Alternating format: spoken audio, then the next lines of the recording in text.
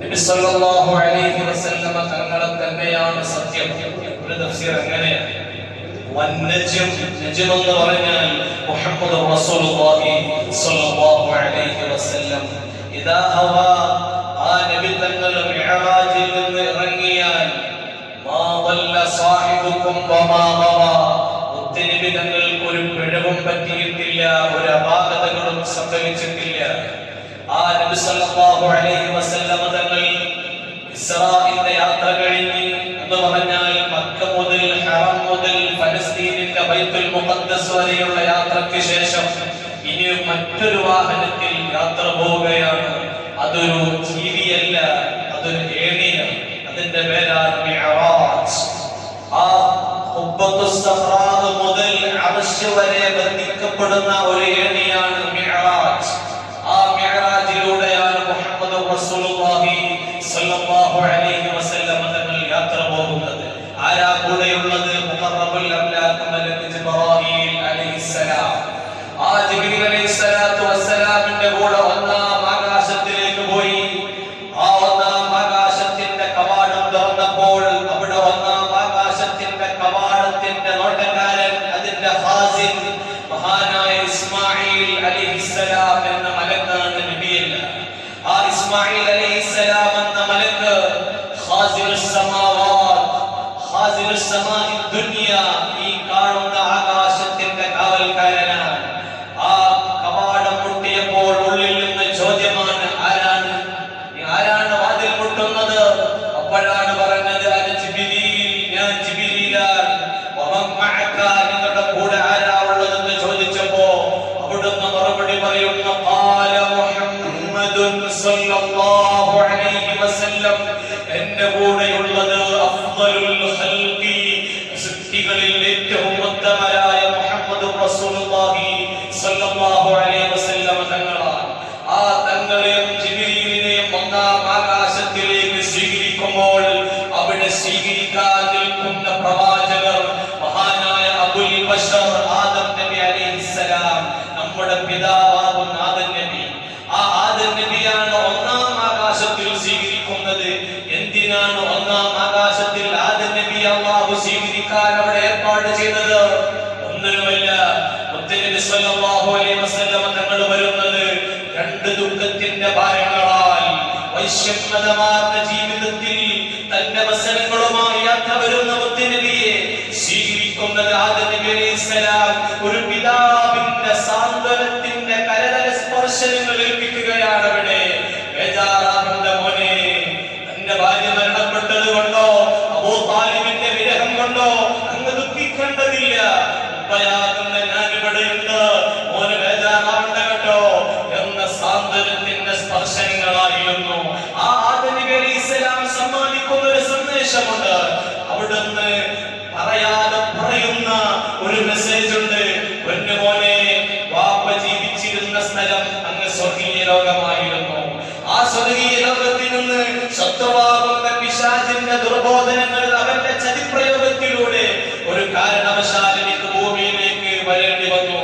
അതുപോലെ മോനെ, അല്ലാഹുവിന്റെ റസൂലിനോട് പറയുന്ന നബിയെ, പറയാതെ പറയുന്ന നിർദ്ദേശമാണ്, അങ്ങ് ജനിച്ചു വളർന്ന മക്ക എന്ന് പറയുന്ന പരിശുദ്ധ ഭൂമിയിൽ നിന്ന് അങ്ങ് പോകേണ്ടി വരും, ഇങ്ങോട്ടങ്ങ് മദീനയിലേക്ക് ഹിജ്റ പോകേണ്ടി വരുമെന്നുള്ള സൂചന ആദം നബി അലൈഹിസ്സലാം കൊടുക്കുകയാണ്.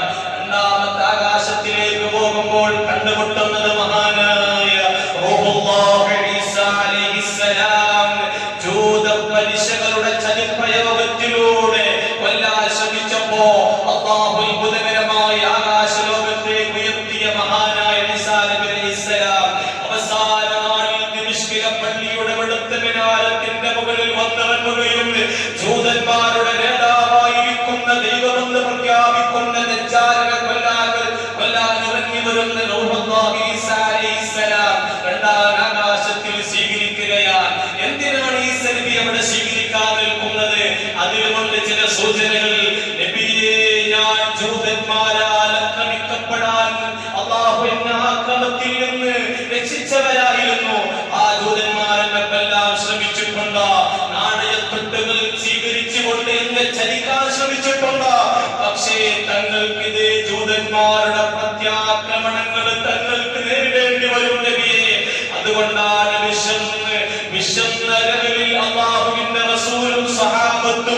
വിശപ്പടക്കാൻ ഭക്ഷണമില്ലാത്ത സമയത്ത് ഒരു ജൂതപ്പെണ്ണ് വന്ന് വിളിച്ചു പറയുന്നു, നബിയേ, എന്റെ വീട്ടിൽ എന്നേക്കുള്ള സദ്യയുണ്ട്, എന്റെ ക്ഷണം സ്വീകരിച്ചു വന്നുകൊണ്ട് എന്റെ ഭക്ഷണം ഒന്ന് കഴിച്ചാലും എന്ന് പറഞ്ഞപ്പോൾ നബി സല്ലല്ലാഹു അലൈഹി വസല്ലം തങ്ങളും സഹാബത്തും ആ സൽക്കാരം സ്വീകരിക്കുകയാണ്. അങ്ങനെ ഭക്ഷണം കഴിക്കാൻ തുടങ്ങുമ്പോ അല്ലാഹുവിന്റെ റസൂലിന്റെ പാത്രത്തിലുള്ള മുമ്പിലുള്ള പാത്രത്തിൽ നിന്ന് മാംസകഷ്ണം വിളിച്ചു പറയുന്നു, എന്നെ ഭക്ഷിക്കല്ല നബിയേ, അന മസ്മൂം, ഞാൻ വിഷമൂട്ടപ്പെട്ട മാംസമാണ്, അങ്ങ് തിന്നുപോകല്ല. അല്ലാഹുവിന്റെ റസൂൽ സല്ലല്ലാഹു അലൈഹി വസല്ലം തങ്ങൾ സഹാബത്തിന് നിർദ്ദേശം കൊടുത്തു, സഹാബത്തെ നിങ്ങൾ ഭക്ഷിക്കരുത് കേട്ടോ, ഈ മാംസം നിന്നോട് പറഞ്ഞിട്ടുണ്ട്, ഞാൻ വിഷമൂട്ടപ്പെട്ട മാംസമാണെന്ന്. ആ പെണ്ണിനെ വിളിച്ചു, എന്തേ പെണ്ണെ നീ ഇങ്ങനെ വിഷം പുരട്ടിയത്?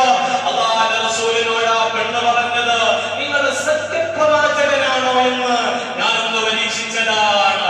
അങ്ങനെ ജൂതന്മാരുടെ പ്രത്യാക്രമണങ്ങൾ, ആക്രമണങ്ങൾ അല്ലാഹുവിന്റെ റസൂൽ പല വിധത്തിലും നേരിട്ടിട്ടുണ്ട്. ആകാശത്തിലേക്ക് പോയപ്പോൾ അവിടെ സ്വീകരിക്കുന്നത് മഹാനായ നബിയുല്ലാഹി യൂസുഫ് അലൈഹിസ്സലാം.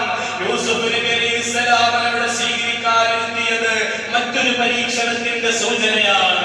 തങ്ങളെ ഞാൻ നേരിട്ടത് സ്വന്തം കുടുംബത്തിൽ നിന്നാണ്. 11 സഹോദരന്മാരുടെ അക്രമങ്ങൾ നേരിട്ടവരാണ് ഞാൻ. ചെറിയ പ്രായത്തിൽ പൊട്ടക്കിണറ്റിലേക്ക് വലിച്ചെറിയപ്പെട്ടവരാണ് ഞാൻ. അതുകൊണ്ട് തങ്ങൾക്കും തങ്ങളുടെ കുടുംബത്തിൽ നിന്ന് ഒരു അക്രമങ്ങൾ ഉണ്ടായേക്കാം, എതിരുകൾ ഉണ്ടായേക്കാം. തങ്ങൾക്ക് തങ്ങളുടെ കുടുംബത്തിൽ നിന്ന് തന്നെ ആക്രമണങ്ങൾ തങ്ങൾ നേരിട്ടേക്കാം. ആ ഒരു സൂചന കൊടുക്കുന്നു. യൂസുഫ് നബി അലൈഹിസ്സലാത്തു വസ്സലാം അതാ വലുതായി അങ്ങ് മന്ത്രിയായി, ഈജിപ്തിന്റെ ഭക്ഷ്യവകുപ്പ് മന്ത്രിയായതിനു ശേഷം തന്റെ സഹോദരന്മാർ തന്നെ മനസ്സിലാക്കിയപ്പോൾ ആ സഹോദരന്മാര് മനസ്സിലാക്കി, ഇനി യൂസുഫിന്റെ ശിക്ഷ നേരിടാൻ ഞങ്ങൾ തയ്യാറാണ്. കാരണം യൂസുഫ് നിങ്ങൾ തിരിച്ചറിഞ്ഞു, യൂസുഫ് ഞങ്ങളെയും തിരിച്ചറിഞ്ഞു. പണ്ട് ഞങ്ങൾ ആക്രമിച്ചതാണ്, കൊന്നിയെന്ന് വാപ്പനോട് കളവ് പറഞ്ഞതാണ്. അങ്ങനെ യൂസുഫ് നബി അലൈഹിസ്സലാമിന്റെ മുമ്പിൽ തലകുനിച്ചിരിക്കുമ്പോ അന്ന് യൂസുഫ് നബി പറഞ്ഞൊരു മറുപടി ഉണ്ട്,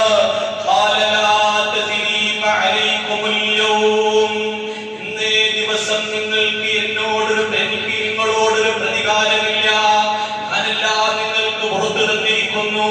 അതേ മറുപടിയാണ് മുഹമ്മദ് റസൂലുള്ളാഹി സ്വല്ലല്ലാഹു അലൈഹി വസല്ലം തങ്ങള് മക്കം ഫതഹിന്റെ ദിവസം ആയിരക്കണക്കിന് വരുന്ന സഹാബികളോടുകൂടെ വിജയത്തിന്റെ തെന്നിപ്പതാക പാലിച്ചുകൊണ്ട് മക്കയുടെ മണൽ പരപ്പുകളെ പുളകമണിയിച്ചുകൊണ്ട് അല്ലാഹുവിന്റെ റസൂൽ കടന്നു വരുമ്പോ മക്കയിലുള്ള മുശ്രിക്കീങ്ങൾ മുഴുവനും തലകുനിച്ചിരിക്കുകയാ.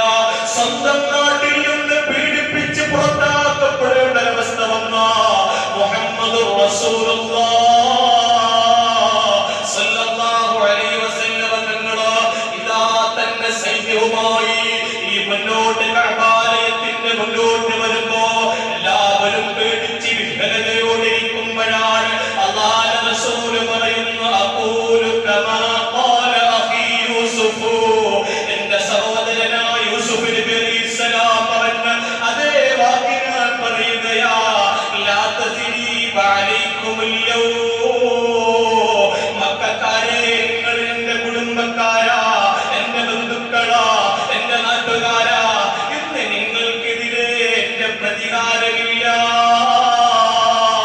നാലാമത്തെ ആകാശത്തേക്ക് പോകുമ്പോ അവിടെ വരവേൽക്കുന്നത് മഹാനായ ഇദ്രീസ് നബി അലൈഹിസ്സലാം.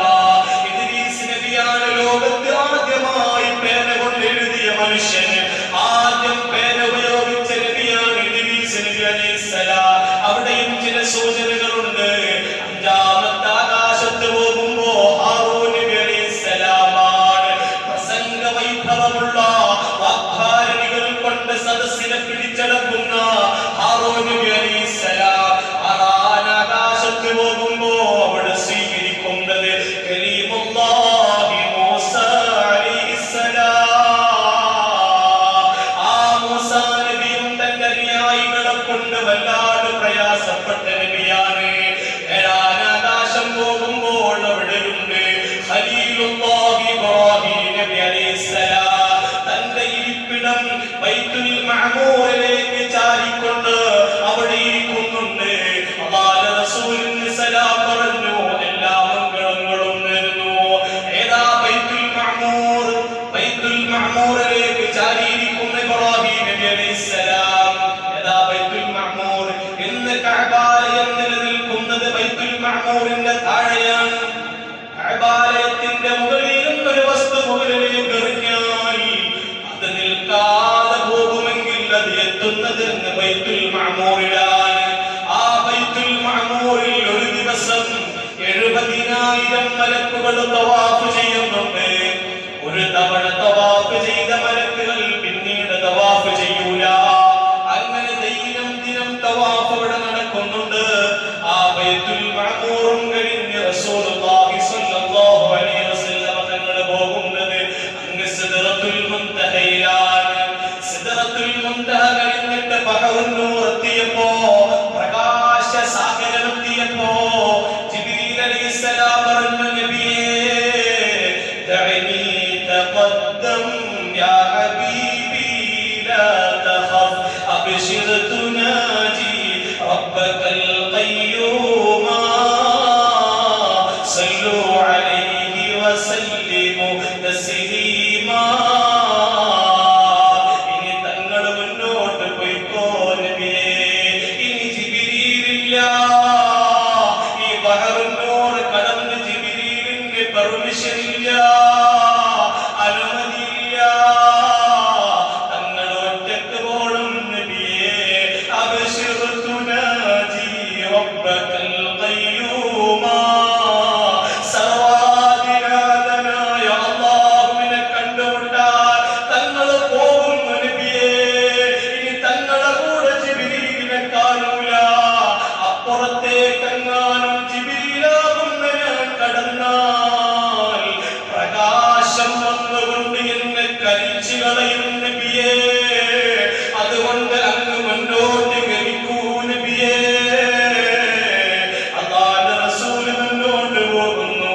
പ്രത്യേകമായ സ്ഥലം എത്തുന്നു. സുമ്മദനാ ഫതദല്ലാ. അല്ലാഹുവിന്റെ റസൂൽ റബ്ബിന്റെ സാമീപ്യം അതാ സ്വീകരിക്കുകയാണ്. ഒരു സ്ഥലത്തെത്തിയപ്പോൾ അല്ലാഹുവിനെ കണ്ടുമുട്ടുന്നു. ഫകാന ഖാബ ഖൗസൈനി ഔ അദ്നാ.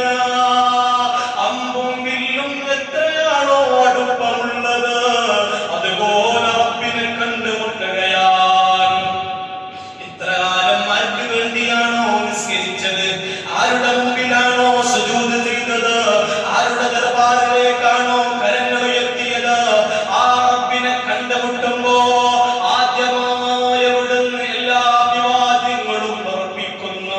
അത്തഹിയ്യാത്തുൽ മുബാറകാത്തുസ് സ്വലവാത്തുത് ത്വയ്യിബാതു ലില്ലാഹ്. എല്ലാ അഭിവാദ്യങ്ങളും റബ്ബേ നിനക്കാണ്. അപ്പോൾ അല്ലാഹുവിന്റെ തിരിച്ചുള്ള അഭിവാദ്യമാണ് അസ്സലാമു അലൈക അയ്യുഹൻ നബിയ്യു വറഹ്മത്തുള്ളാഹി വബറകാതുഹു. നബിയേ, അങ്ങേക്ക് അല്ലാഹുവിന്റെ സലാമുണ്ട് നബിയേ. അവന്റെ റഹ്മത്തുണ്ട് നബിയേ. അവന്റെ ബറക്കത്തുണ്ട് നബിയേ.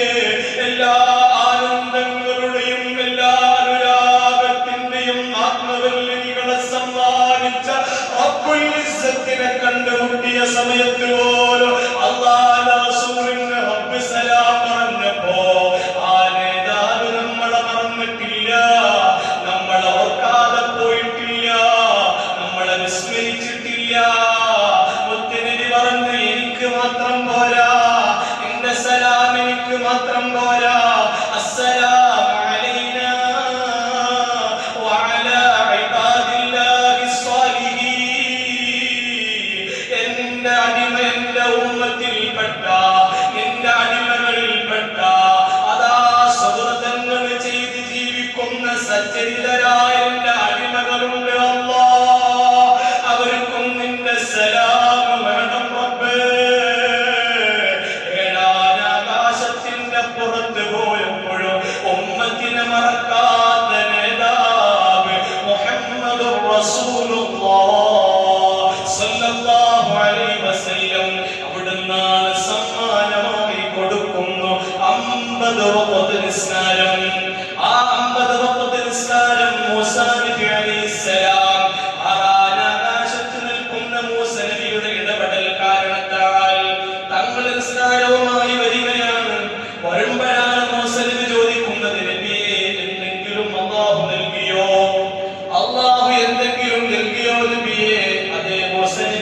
50 വക്ത് നിസ്കാരം നൽകിയിട്ടുണ്ട്.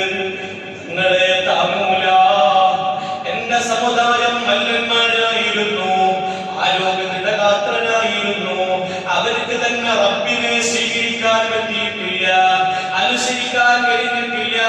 തങ്ങളെ സമൂഹം ബലഹീനരാണ് നബിയേ. അതുകൊണ്ട് 50 പോരാ, ചുരുക്കണം നബിയേ.